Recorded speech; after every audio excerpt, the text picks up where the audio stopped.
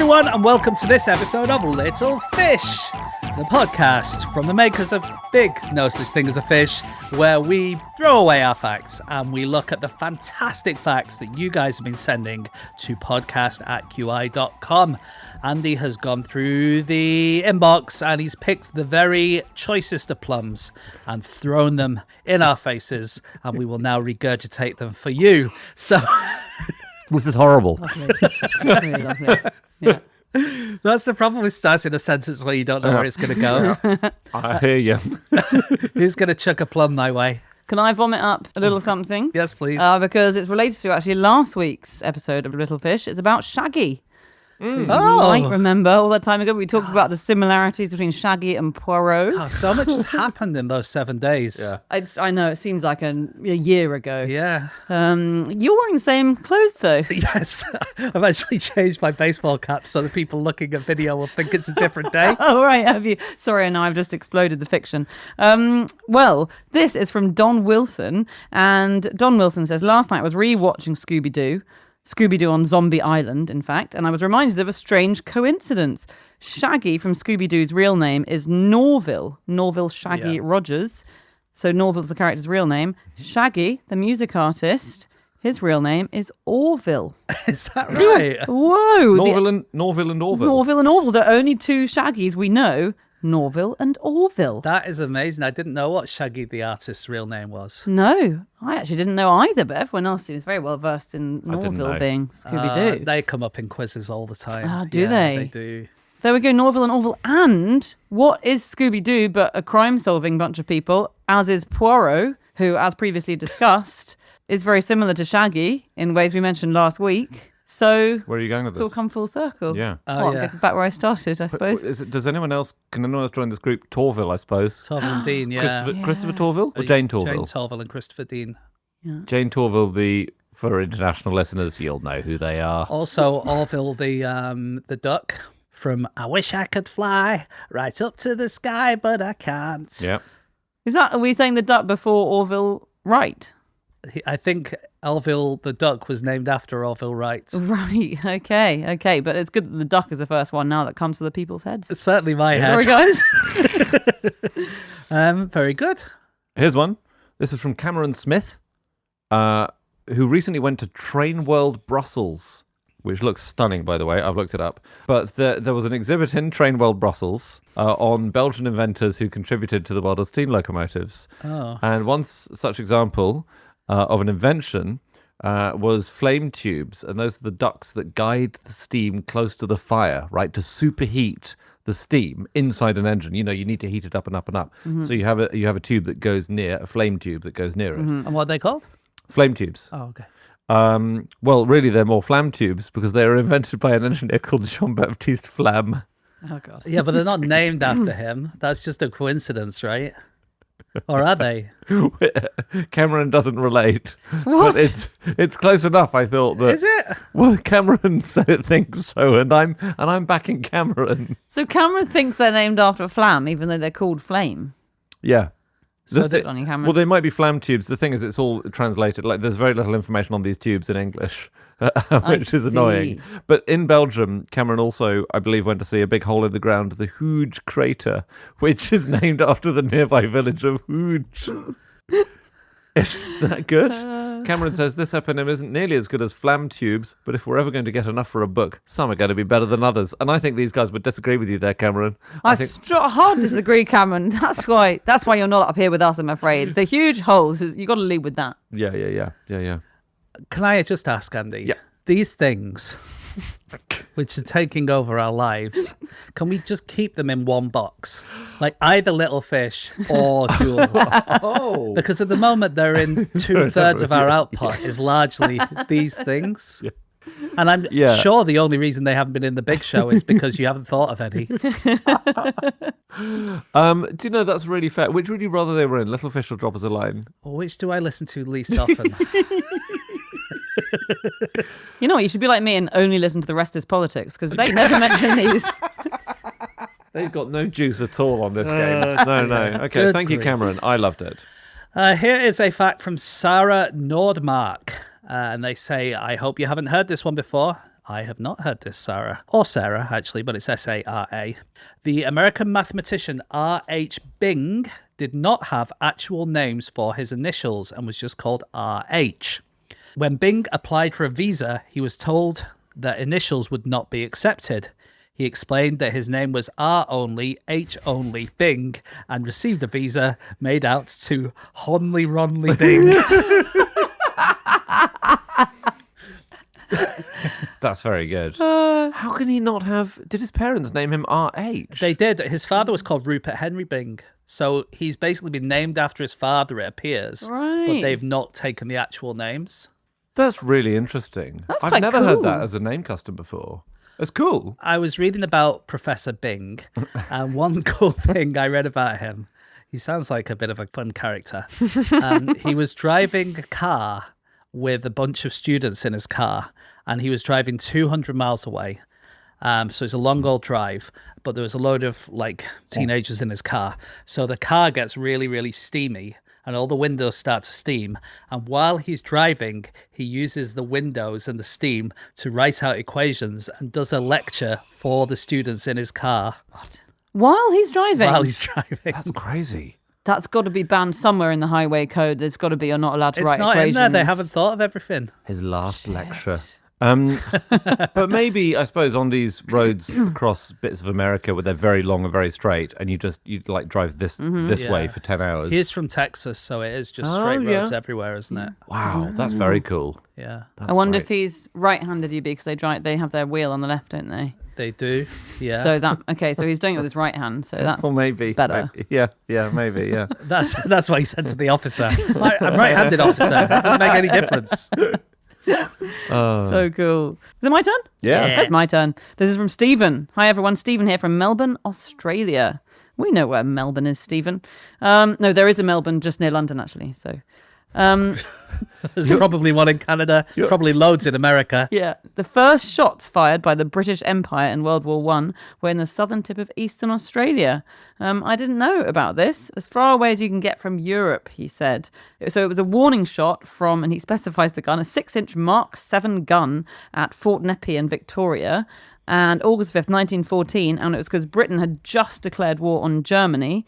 And at the time, I think there was a ship, the SS Pfalz, a German merchant steamer that was just hanging out nearby. And as soon as Britain declared war, they called the Australians, like, we've declared war. Have you got any Germans nearby that you need to shoot at? And they were like, actually, yeah, there's this steamer here. Shall we shoot at him?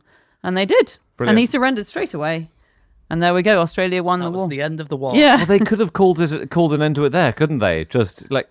Yeah. Well, you know- like, who calls an end to it, though? Yeah. Like, that's the thing with wars. You can't just shoot one thing and go, okay, that's it, because the other I'm guy's going to... retiring undefeated from this war. I got a fact. This is another military one. In fact, it's from Jason Spiramilio, and it's that the USA didn't have an air force during the Second World War, which I find extremely funny as a fact. Sorry?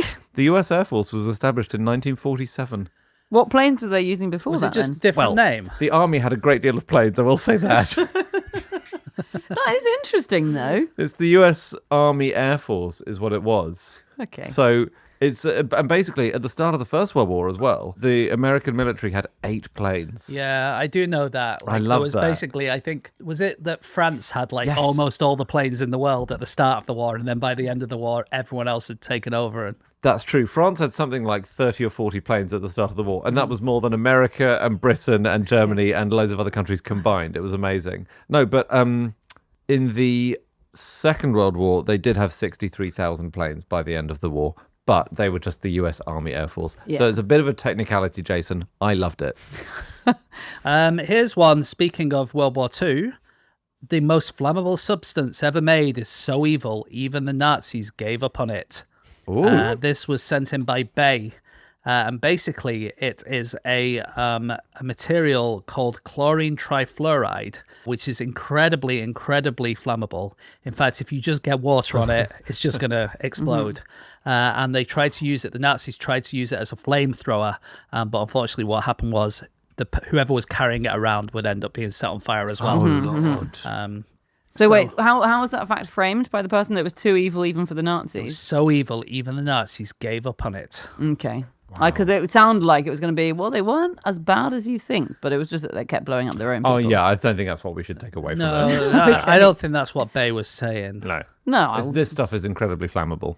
Yeah. Yeah. Don't touch it. Now, they still don't use it in much things at all, even in industry or anything. But apparently it works well at clearing uranium residue off the walls of nuclear power plants. What a fun place to be when that's happening. Well, I may be in this old nuclear power plant, but at least I've got the most dangerous substance in the world on me. Okay, here's one from Masha Levine, who says, she does a book plug. She says, I've just read Zoe Schlanger's incredible book, The Light Eaters. And she recommends it so highly that I thought I'd share that. She said I should have copied and pasted the whole thing because it's so full of amazing facts. And then she says, I'm going to give you 2 facts I loved, but there's only one here, which I imagine is a copy-paste error from Andy rather than from Masha. Okay. Maybe I just thought there are reasons of time and space and we can't get into all the facts. I'm sorry to both of you. Okay. You probably should have cut off that clause from the sentence as well then. No. Yeah, I feel like I should have cut the whole email given how much trouble it's got me into with Anna's digressions, but okay. She says the Bocchilla trifoliolata, which is a Chilean jungle vine, can alter the shape, colour and size of its leaves to mimic nearby plants. And a single plant can mimic like multiple nearby hosts. That's and crazy. It is incredible. So I've looked at pictures and it's kind of like someone in a bit of a shit disguise. As in you'll see the leaf, as a human being, I think you see the leaf that's the real thing and then you see the mimic and it's trying to be like that. But even so, well done for trying. It's amazing. So it doesn't look that much like it? It does look enough. So leaves all kind of look quite similar, don't they? Oh, James. Leaf community, if you're listening, write in to podcast@qi.com. Write to James personally, please. I'm not sifting through 53,000 angry emails from leaf peepers. No way. I think I find the leaves are very varied. Okay, yes. Variegated, you mean? Oh. That's very cool. So, we don't know how they do it. But did you say different bits of the plant can look like different nearby other plants? Yes. Now that is cool. Amazing. Yeah. If I could disguise my left arm as an elephant's trunk and my right arm as a tiger's nose or whatever, you'd be in an odd place. But you'd be blending in with everything around you. Absolutely. I disagree. I think the tigers are going to say, who's that weird guy with an elephant trunk? And the elephants are going to say, who's that weird guy with a tiger's nose? Yeah, you're right. I'm being eaten or trampled either way. Here's a fact about leaves, which I often think everyone's going to know it, but then you tell people and they don't really know it. You know holly? So it's spiky, right? Yeah. If you go to the top of the holly plant, it's not spiky anymore. Yes. It's not spiky. It's amazing. They're only spiky at the bottom. Isn't that cool? Because that's where they need to defend themselves. Yeah. Like now, when you're walking home, if you see a holly plant, and they are around, you'll see it spiky. Look up at the top, not spiky. And if you want to avoid being jabbed, just walk on stilts all the time.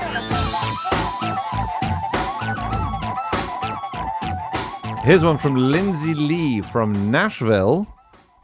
Pretty cool. Lindsay has written in about a paper that she's heard about, which is headlined The Cultural, Social and Ideological Role of the Hat in Early Modern England from the Historical Journal. And it's apparently a brilliant paper, A, because it's authored by someone called Bernard Capp, very good, and a bit of nom de terme. But secondly, because it just tells stories about the insanely important roles that hats used to play. So do you remember we talked about President Madison? Yeah. James Madison. Smallest president. And he couldn't leave the house for 2 days once because someone had taken his hat. Took his hat, yeah. He left it at the window. So this is part of the paper, is that appearing hatless was just unbelievably slovenly. I just can't believe we came here today and you two aren't wearing hats. It was literally the first thing I thought of when the mics came on today. I was like, those two slovenly people. Slattons. So there was a bloke called Thomas Elwood, who was a teenager in 1659, and like all rebellious teenagers, he wanted to go and join the Quakers. But his father wanted to stop him, right, and couldn't think of any way to stop him, kept trying, kept banning him, kept forbidding it, and eventually had a brainwave and thought, I'll just confiscate all of his hats. That's amazing. And Thomas Elwood, the young man, wrote he couldn't go out unless I would have run about the country bareheaded like a madman. Like, people would think you were seriously ill if you didn't have a hat on. It's like stealing someone's trousers. It pretty much is. It That pretty is much is. incredible. Yeah. And Lindsay just includes one more story because it's full of ribald anecdotes about hats, this paper. Ribbled ones. Yeah, ribald, I'll say. Well, judge for yourself. In 1747, a Wiltshire man admitted snatching a rival's hat, pissing in it, and clapping it back on the victim's head. That's good. These days, that guy would be a TikToker. He would just go around doing that to everyone and would have 10 billion followers. Yeah, he'd have done it once and he'd have got so many followers that he now has to rename himself the Hat Piss account. And now his whole life is wrecked basically forever. He's made a lot of money, but he's only Mr. Hat Piss from I then can't on. believe he's the victim in this entirely fictional thing that we've just come up with. It's audio- You think that the person who's pissing in hats and putting it on people's head is the victim? I think he's the victim of the internet. As in, he could have been so much more, right? He's got a thriving, he wants to make like proper short films and stuff like this, but instead he's so hat piss. I think he's a pervert. I think he likes pissing in hats, and the fact that the internet's here is just a coincidence. I think the internet is enabling the worst elements of this young man. Yeah. It would have been a silly teenage prank. He got a detention for it. But instead, he's everyone now dealing with a huge Chinese brand to do merch, Hat Piss merch, which is going to sell out across the Hat Piss Stadium tour, where he'll piss in all of your hats. And then probably like a new fashion for hats that look a bit like sieves. That people can't piss in. Exactly. Yeah. I think that is a bit of a montage. I know this guy doesn't exist, but I do think that's a tragedy. Yeah, well, we disagree, I'm sorry to say. I think I probably wouldn't have joined the Historical British Earthworm Society were it not for this show. Do you know? Or the Wallpaper History Society. And you're saying that's a tragedy for you. Well, in a sense, I am Tony Hatpiss. You know what I mean? I just so disagree. If we didn't have this show, we wouldn't know that you joined them. That's the only thing. It's a tragedy for us, actually. Honestly, if you went around pissing in people's hats rather than joining these stupid societies, I think that would be a better use of your time. Well, look out, James, because there's only one hat in this room. And we've been recording for a while. Oh dear. Okay, I think we should move on to the second part of today's show, and that is where we bestow custodianship of some of our best facts to some of our best listeners. we like all of you. You're all great listeners, but some of them have managed to financially boost themselves towards the top of our ranking. Some of you have ponied up, and we love all of you. Thank you, Andy. I didn't know where that sentence was going either. So who has got a fact that we can give custodianship of? Michelle Handgraf has joined Club Fish at Friend of the Podcast here, which I think is what you meant, James. Oh, yeah. Did I not say that? I think you may have done. Michelle Handgraf, you are now the custodian of the fact that Al-Qaeda's job application form, quite a spicy fact this one, includes a question asking who should be contacted in the event that the applicant becomes a martyr. Wow. Do you know what? I screen all of the headline facts to make sure, and some of them I've removed because they're a bit too strong or a bit inappropriate. Really? I think that one was probably a borderline case for me. Yeah, it feels like it. This was the fact where we were all quite worried, I think, that our search histories would be problematic if ever MI5 got our computers, because we all had to search for Al-Qaeda stuff. And I just remembered this is the one where I Googled apply to join ISIS because I was looking for the application form. But in the eyes of the law, that's well, the same, I know you can't say, "Oh, guys, all I was doing was looking for the application form." No, that's worse trouble. A terrorist has been found running around London pissing in people's hats. Their budgets have been cut, haven't they, Al-Qaeda's, since the early 2000s. Here's one for you, Guy Swarbrick. This is the fact that the single biggest expense in the computer game Lego universe was hiring human moderators to make sure people weren't building Lego penises. Brilliant. It's very much a fact of its time, because I bet AI could do that now. No, that's going to be the last one to fall for AI. It'll be the only thing humans are doing. It'll be the resistance against the machines. Suddenly there'll just be little Lego penises popping up all over the country. That's a film. That's a film to be made. That's very funny. That's very funny. Yeah. Okay, here is a fact that is now under the custodianship of Tom Adilo. And Tom, your fact is that the man who inspired the main character in Jurassic Park is now building a Chickenosaurus. Surely not Brilliant. still. They are still working on all sorts of nonsense like that, aren't they? Like getting a woolly mammoth and getting a woolly rhino. Yeah, very much from the back of my head. But I think like in the last 2 weeks, they've invented artificial eggs. where they've managed to hatch chickens out of them. Yes. And they do think that this could be the first step to getting a dodo or whatever. Yes, a great orc. Great orc, yeah. Oh, which would you go for? I'll go for a great orc. Would you? Yeah. Because it's got great in it. It's just a cool bird, and it's the first thing I ever researched when I got a job at QI. Is it? The thing about penguins, doesn't their name mean great orc or something? Or That's vice right. versa? Yeah. Or they were the original penguins. Yeah. But Yes. they're just a beautiful bird that went extinct in the 19th century. And I think Passenger pigeon I'd go for. nice. Yeah. So you could get easy transport from your house to here.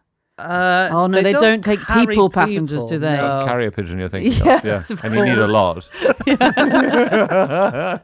Here's one that goes out to Katrina Lewry, and it's that in the 1840s, London buses had straps attached to the driver's arms that you would yank if you wanted to stop. Really good. Bring it back. Bring it back. That was the bell, I guess. You press the bell, except it just yanks that. It feels dangerous, doesn't it? It feels like it would yank the driver's arms, because presumably he's dealing with the horses. It does, but he's riding one-handed like any cool driver knows you should do. Okay, my turn. This is a fact for someone whose name is Just Killing Time. Nice. Just Killing Time. Kill time with this, baby. In 2015, Margaret Atwood finished a novel which will not be published until the year 2114. Brilliant. Wow. And there's a few of them. They've written their future novels. There are a few famous authors who've Yeah. put it in this box. We imagine they're all crap. Did they aren't not put them in a forest somewhere or something? Or am I thinking of something else? I think maybe the forest had been planted and it's going to, the paper from that forest will be used for the books in 100 years. So it's a nice way of having a forest. Again, I'm going off memory. 2114 felt a long way away in 2015. Now I'm thinking, yeah, I'll get there. Well, it's 90 Are you? years as opposed to 100 years. It's And only you know 90 you have aged 10 years since then. It's only 90 years away. What am I now? 38? Yeah, I'll get there. Right, yeah. Good The luck with that. Jean Calment of the podcasting world. Okay, here is a fact now. Under the custodianship of Zan, Z-A-N. Zan, your fact is that Japan is considering installing toilets in its lifts. Long drop. They What call it. What an unusual fact. Yeah, that was Because one it's of not mine. it's not the whole country. I think maybe they were having a problem with earthquakes hitting and people getting stuck in a lift for a long time. And so it's better. It's obviously better if there's a loo in the lift. It's best of all if you don't need to use it. Mm-hmm. You know, the best lift loo is one you never have to use. That's true. Right. Do you think, when you're in the lift with a bunch of other people and someone farts and everyone's like, who farted? Like, if someone's having a shit. I think that's harder to hide. But where does it go? Does it go into a storage box? Do they have incredibly complicated plumbing, do we remember, that sort of stretches and I don't contracts think with the lift? I think it must be. This is an emergency thing. This is not designed to be plumbed into the buildings thing. There'll be a small poo box. Had you Okay. just been to Japan when we did this fact, do you think? I think I must have been. Yeah.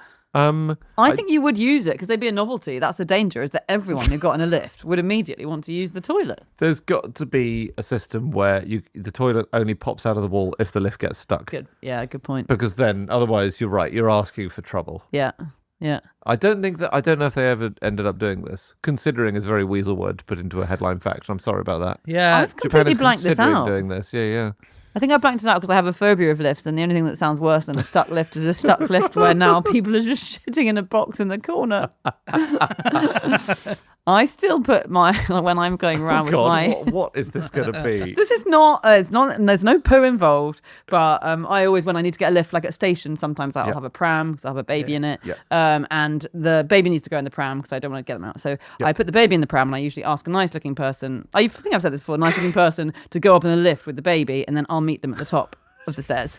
And I have to do it whenever I get home because my station, I need to get over to the other side. So can I just say, the thing you're worried about with the lift is that it might break down.